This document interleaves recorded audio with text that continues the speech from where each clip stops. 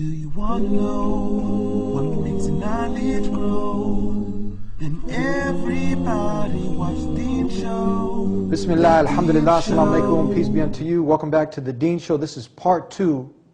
We were covering the top 5 arguments for the existence of the Creator of the heavens and the earth. When we come back, we've gotten to number 2, so we're counting it down. You don't want to go nowhere. We'll be right back to continue this fabulous show. We'll be right back on the Deen Show. Assalamu alaikum. Deen. Allah, there's only one God and Muhammad is his messenger. Allah, la ilaha illallah. Allah, there's only one God and Jesus was his messenger. Allah, la ilaha illallah. I don't know why I did that. Maybe it's just to break the ice. Our audience doesn't have to take an Arabic class. For all our non-Muslim guests, our brothers in humanity, who I always say we want them to be our brothers in faith. Inshallah. We want the best for everybody, don't we? Yes, indeed, indeed. We want them in paradise. Because what do you got of this life? You live a short life, maybe you have all the money, you have all the wealth, you have the big house, cars, but eventually you're going to die. So I think this is a very serious topic because death is something that we can all agree upon. We're going to die. So we need to take these things seriously. Don't you think so? It's very important, very important. Life is very short and we have to, God has given us, like in the Quran, God has mentioned close to 750 times to think and ponder, to reflect, to investigate. And inshallah, like we mentioned in the last segment, chapter 41, verse number 53 of the Quran mentions that God has given us signs, both in the universe around us and within ourselves, that this is the truth. And inshallah, we are going to investigate more and provide the answers that this is indeed the truth when we reason out using science and logic that there is only one God and this is the guidance from God. And that's the thing, Islam doesn't push away science. It doesn't persecute people of science as some religions have in the past. The more deeply you look into the wonders of the world, everything that you find today that's been confirmed, it goes hand in hand with the Quran, doesn't it? Indeed, indeed it does. So let's go now and continue on giving the 5 top arguments for the existence of the Creator of the heavens and the earth. We went from 5, 4, you ready for number 3? Right, so let's just briefly say that we went over the reason from biology that testifies to the existence of God. From biochemistry, we give evidence that it cannot have, the cell cannot have came about by itself. It is so complicated and efficient. God has to be the creator. And now, inshallah, we'll touch upon argument number 3, 2, and number 1, inshallah. So if you didn't see arguments 5 and 4, you can go back to thedeenshow.com, THEDEN show.com. You have your own private section there. People can see some of the previous shows we've done. Take it away with number 3. Number 3 is dealing with the evidence from physics. Physics. Brother Eddie, was physics your favorite topic in college? Not at all. Not at all. But we'll just touch upon it, inshallah. Yes. Okay. Now, there is a theory or fact in physics which is called as the second law of thermodynamics. It's a very big word, but it's very simple to understand. It basically says that things move from order to disorder.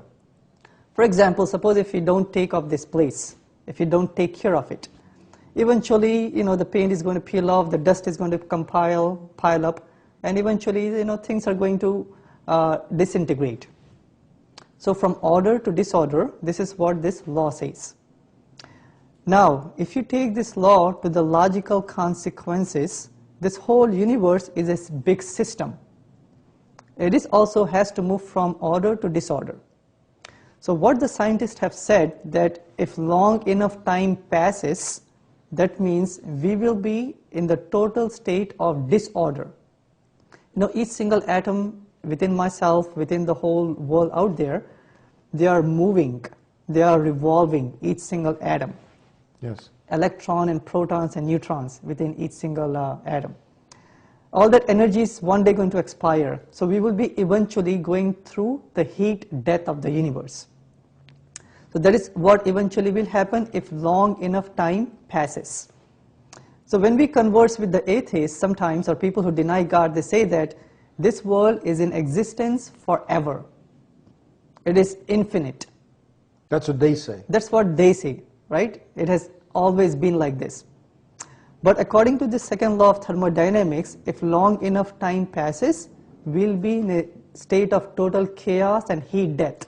That means I shouldn't be speaking. There should not be any sun, moon, or any motion to begin with. That only happens if long enough time passes. I'm speaking, you're hearing, right? You have the monitors, you have the lights up here. That means we are not in the state of heat death, are we? No. We are not. Since we are not in the state of heat death, that means long enough time has not passed. If long enough time has not passed, that means the time began, the universe began. If the universe began, that means anything that begins to exist has to have a beginner. Yes. And the beginner, we Muslims say, is Allah, the Creator Himself. Not existed, how can it create itself? Definitely. Right? So this is argument number 3 with Dr. Sabeel here on the Deen Show. We're going to take a break. I know you're excited. We're counting down. We've gotten from 5, 4, 3. We got 2 and 1 left. So again, all we ask is that you have an open mind, humble heart. And if this is starting to make sense, it's going to continue making sense, God willing. And then hopefully you can do the right thing and accept the truth and let it penetrate. And then, as they say, the truth shall set you free. We'll see you in a second here on the Deen Show. Allah, there's only one God. When you look at the Bible and it says the earth has 4 corners, that's wrong. Yeah. If any Christian can point out a single unambiguous statement where Jesus Christ, peace be upon him, himself says that I am God, I am ready to accept Christianity.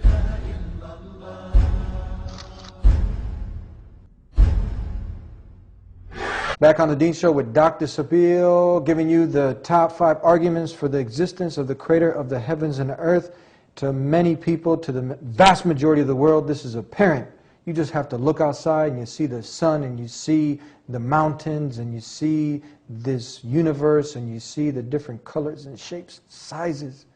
It's something that just any rational human being, even if he didn't agree with the religion or man-made religion organized by man, he should go a little bit further, and hopefully this show will stimulate him to turn that light back on, to continue the same way a person looks for the material things and success in this life. He'll look for the ultimate success, not only in this life but also in the hereafter, because we, as we said, we're all going to die. This is a serious topic, and we're counting it down from 5, 4, 3. Are you ready for number 2? Number 2, inshallah. Let's go for it. Let's go. Number 2, here on the Deen Show. Number 2 is the evidence from the fine-tuning of the universe. Now, an analogy really quick. You know, we are sitting in the studio up here. We are sitting down on the chair. The chairs have to be arranged in a proper way. The cameras are focused in such a way that they don't point down to the floor or up there. They're focused in the right place.